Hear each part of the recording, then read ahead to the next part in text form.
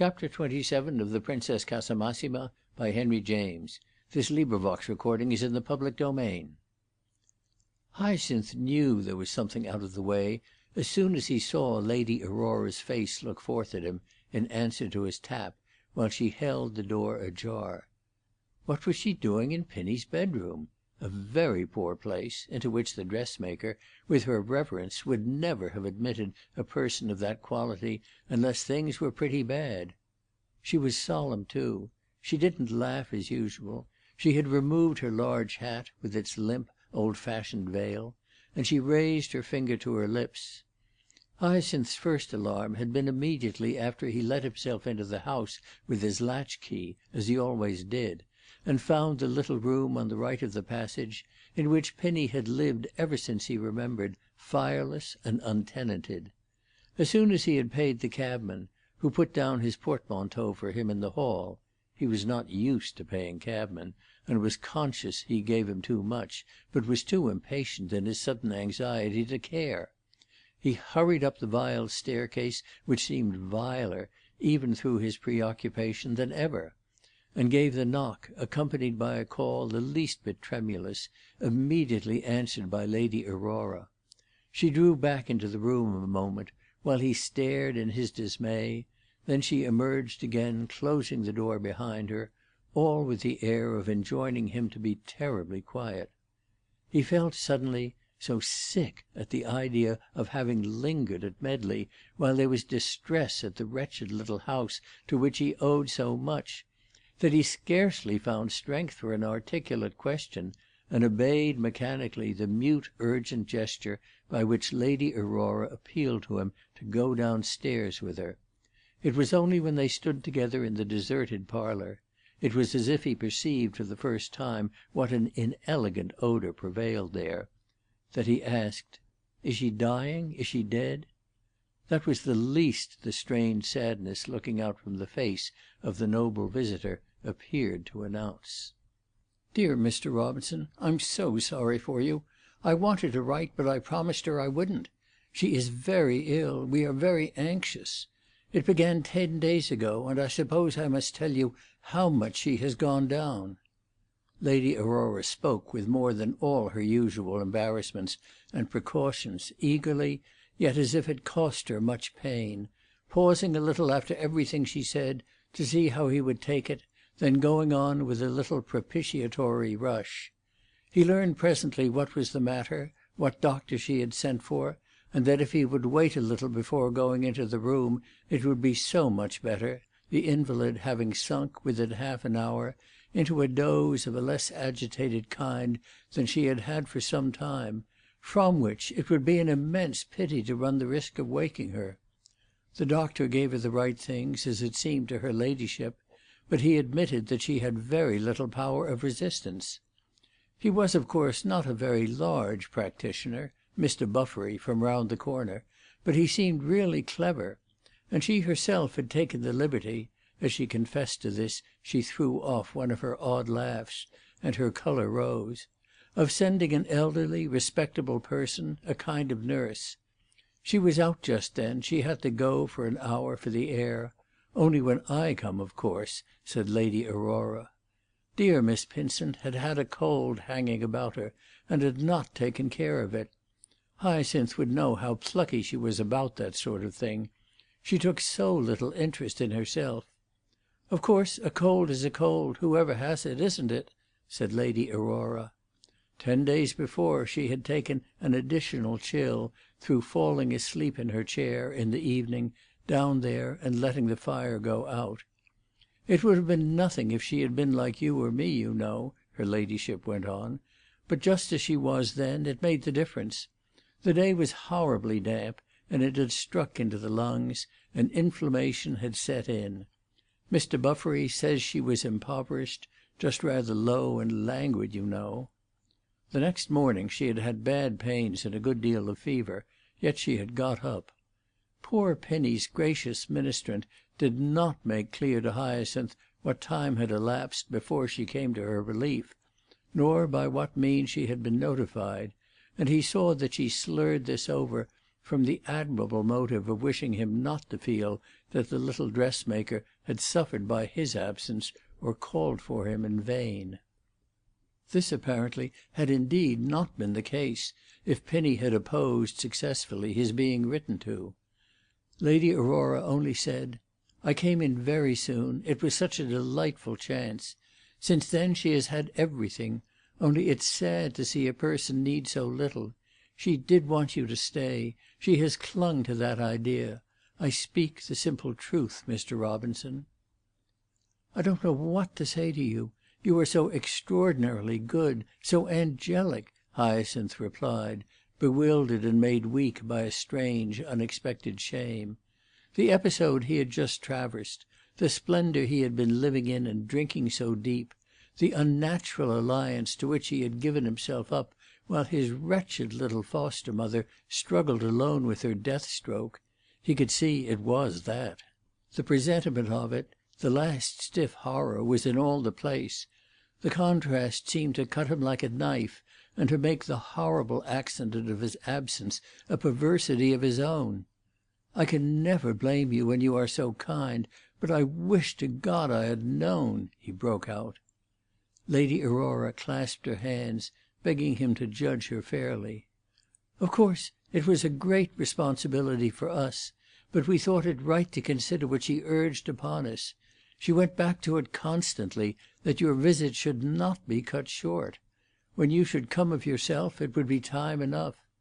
I don't know exactly where you have been, but she said it was such a pleasant house. She kept repeating that it would do you so much good." Hyacinth felt his eyes filling with tears. "She's dying, she's dying.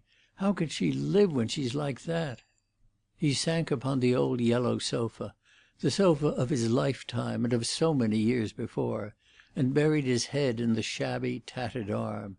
A succession of sobs broke from his lips, sobs in which the accumulated emotion of months and the strange acute conflict of feeling that had possessed him for the 3 weeks just past found relief and a kind of solution.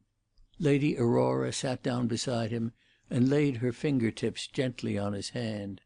So, for a minute, while his tears flowed and she said nothing, he felt her timid, consoling touch. At the end of the minute he raised his head. It came back to him that she had said "we" just before, and he asked her whom she meant. "Oh, Mr. Vetch, don't you know? I have made his acquaintance. It's impossible to be more kind." Then, while for an instant Hyacinth was silent, wincing, pricked with the thought that Pinnie had been beholden to the fiddler while he was masquerading in high life, Lady Aurora added, "He's a charming musician. She asked him once at first to bring his violin. She thought it would soothe her." "I'm much obliged to him, but now that I'm here we needn't trouble him," said Hyacinth. Apparently there was a certain dryness in his tone, which was the cause of her ladyship's venturing to reply, after an hesitation, "Do let him come, Mr. Robinson. Let him be near you. I wonder whether you know that he has a great affection for you." "The more fool he! I've always treated him like a brute," Hyacinth exclaimed, colouring. The way Lady Aurora spoke proved to him, later, that she now definitely did know his secret, or one of them, rather. For at the rate things had been going for the last few months, he was making a regular collection. She knew the smaller, not, of course, the greater. She had decidedly been illuminated by Pinnie's divagations. At the moment he made that reflection, however, he was almost startled to perceive how completely he had ceased to resent such betrayals, and how little it suddenly seemed to signify that the innocent source of them was about to be quenched. The sense of his larger secret swallowed up that particular anxiety, making him ask himself what it mattered, for the time that was left to him, that people should whisper to each other his little mystery. The day came quickly when he believed, and yet didn't care, that it had been universally imparted. After Lady Aurora left him, promising she would call him the first moment it should seem prudent, he walked up and down the cold, stale parlour, immersed in his meditations. The shock of the danger of losing Pinnie had already passed away; he had achieved so much, of late, in the line of accepting the idea of death, that the little dressmaker, in taking her departure, seemed already to benefit by this curious discipline.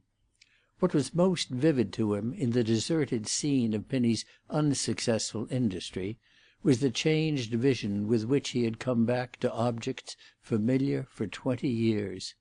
The picture was the same, and all its horrid elements, wearing a kind of greasy gloss in the impure air of Lomax Place, made, through the mean window panes, a dismal chiaroscuro, showed in their polished misery the friction of his own little life; but the eyes with which he looked at it had new terms of comparison.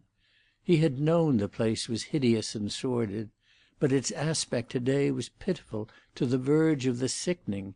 He couldn't believe that for years together he had accepted and even, a little, revered it. He was frightened at the sort of service that his experience of grandeur had rendered him.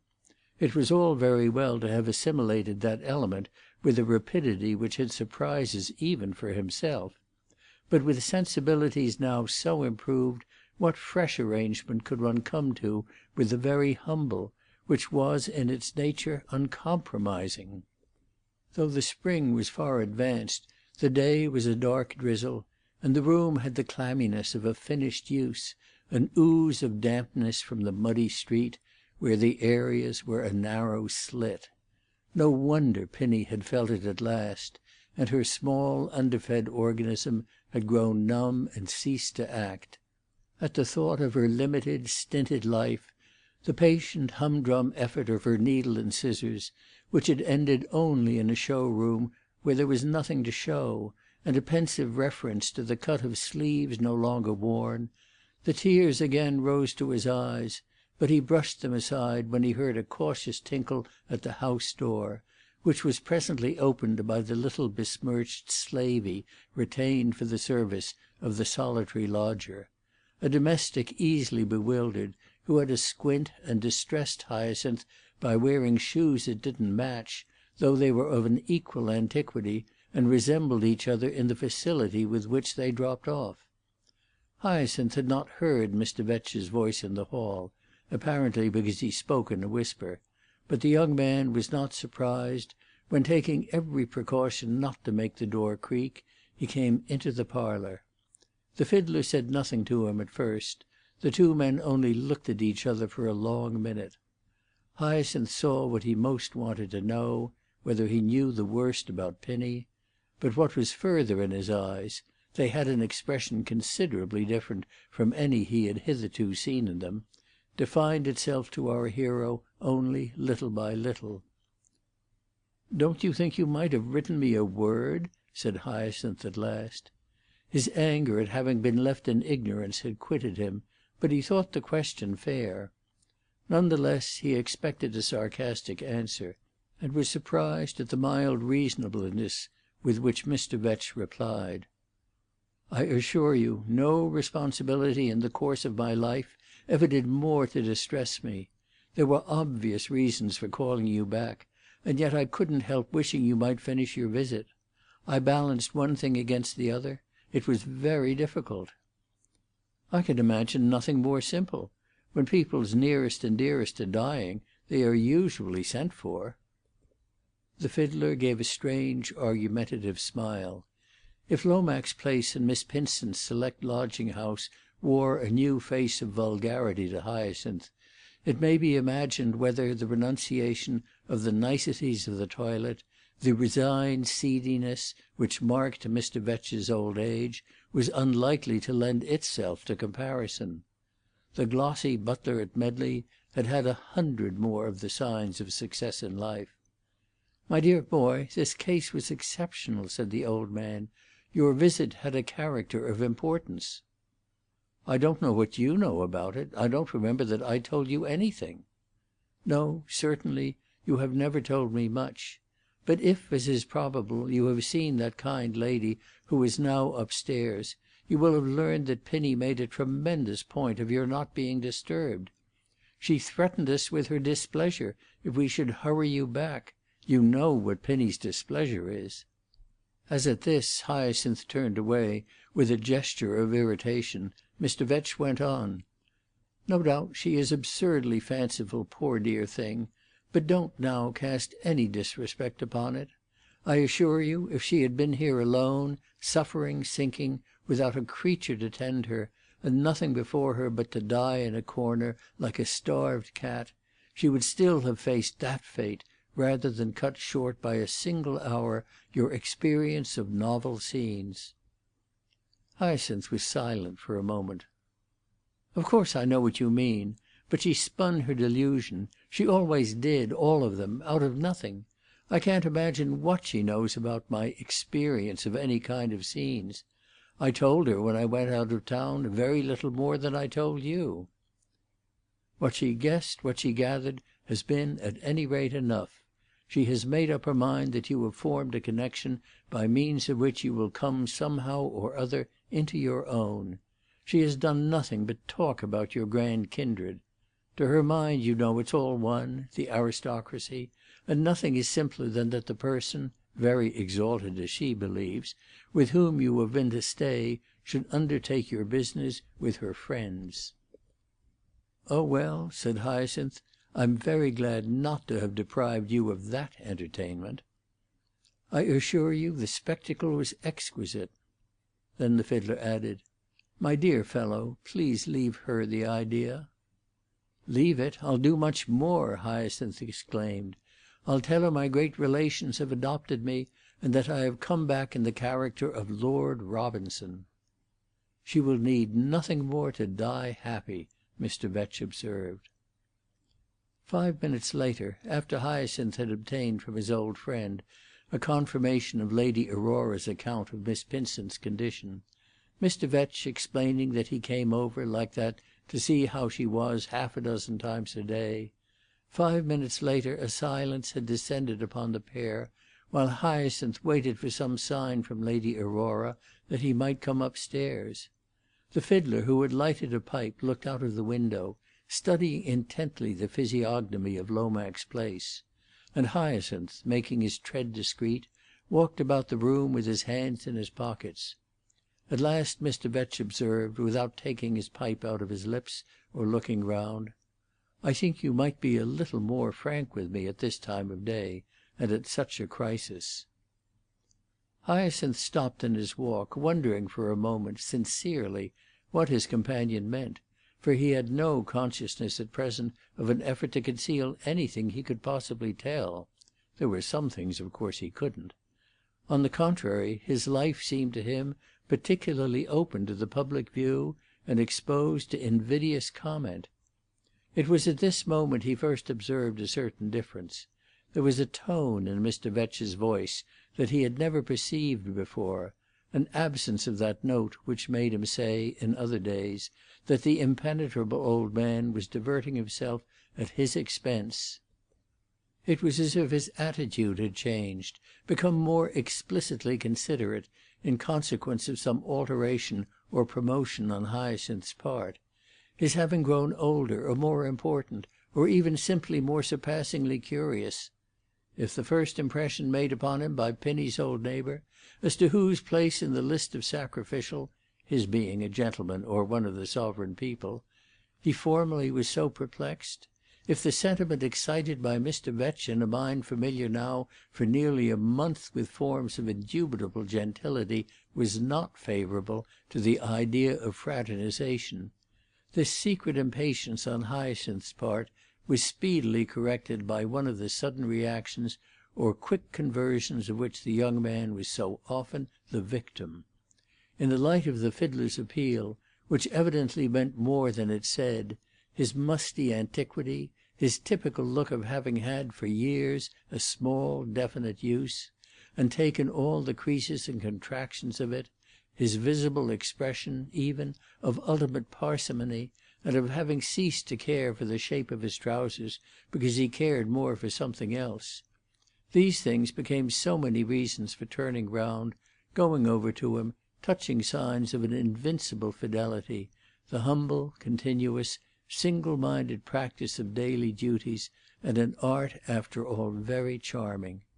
Pursued, moreover, while persons of the species our restored prodigal had lately been consorting with, fidgeted from one selfish sensation to another, and couldn't even live in the same place for 3 months together.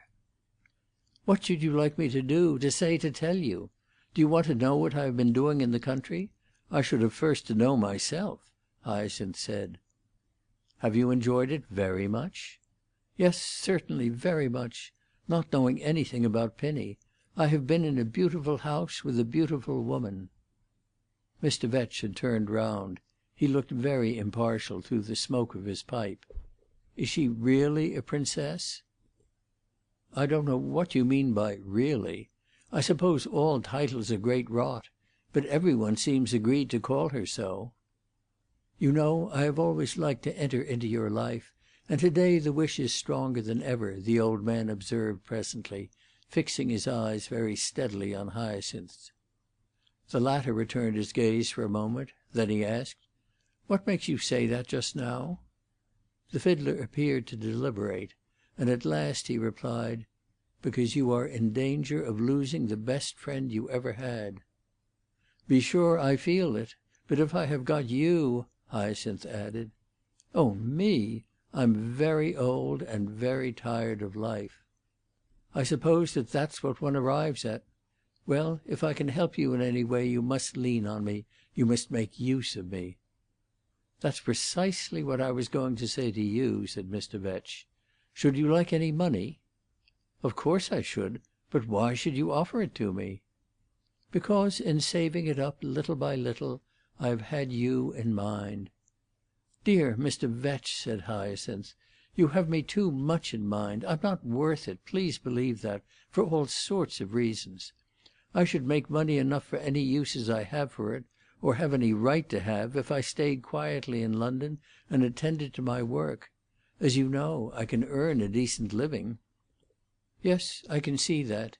But if you stayed quietly in London, what would become of your princess?" "Oh, they can always manage, ladies in that position." "Hanged if I understand her position!" cried Mr. Vetch, but without laughing. "You have been for 3 weeks without work, and yet you look uncommonly smart." "You see, my living has cost me nothing. When you stay with great people you don't pay your score," Hyacinth explained with great gentleness. "Moreover, the lady whose hospitality I have been enjoying has made me a very handsome offer of work." "What kind of work?" "The only kind I know. She is going to send me a lot of books to do up for her." "And to pay you fancy prices?" "Oh no. I am to fix the prices myself." "Are not transactions of that kind rather disagreeable, with a lady whose hospitality one has been enjoying?" Mr. Vetch inquired. "Exceedingly. That is exactly why I shall do the books, and then take no money." "Your princess is rather clever," the fiddler exclaimed in a moment, smiling. "Well, she can't force me to take it if I won't," said Hyacinth. "No, you must only let me do that." "You have curious ideas about me," the young man declared. Mr. Vetch turned about to the window again, remarking that he had curious ideas about everything. Then he added, after an interval, "And have you been making love to your great lady?" He had expected a flash of impatience in reply to this inquiry, and was rather surprised at the manner in which Hyacinth answered, "How shall I explain? It is not a question of that sort." "Has she been making love to you, then?"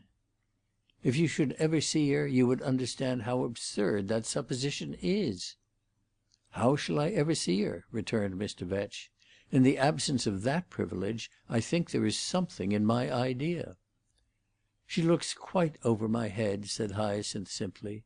"It's by no means impossible you may see her. She wants to know my friends, to know the people who live in the place. And she would take a particular interest in you on account of your opinions."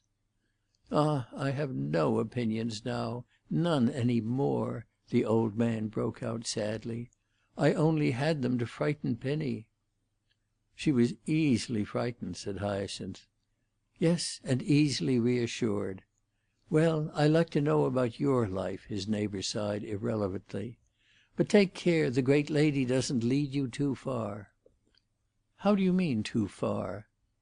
"Isn't she an anarchist, a nihilist? Doesn't she go in for a general rectification, as Eustace calls it?" Hyacinth was silent a moment. "You should see the place. You should see what she wears, what she eats and drinks." "Ah, you mean that she is inconsistent with her theories. My dear boy, she would be a droll woman if she were not. At any rate, I'm glad of it." "Glad of it?" Hyacinth repeated. "For you, I mean, when you stay with her. It's more luxurious," Mr. Vetch exclaimed, turning round and smiling. At this moment a little rap on the floor above, given by Lady Aurora, announced that Hyacinth might at last come up and see Pinny. Mr. Vetch listened and recognised it, and it led him to say with considerable force, "There's a woman whose theories and conduct do square." Hyacinth, on the threshold, leaving the room, stopped long enough to reply, "Well, when the day comes for my friend to give up, you'll see." "Yes, I have no doubt there are things she will bring herself to sacrifice," the old man remarked; but Hyacinth was already out of hearing. CHAPter 28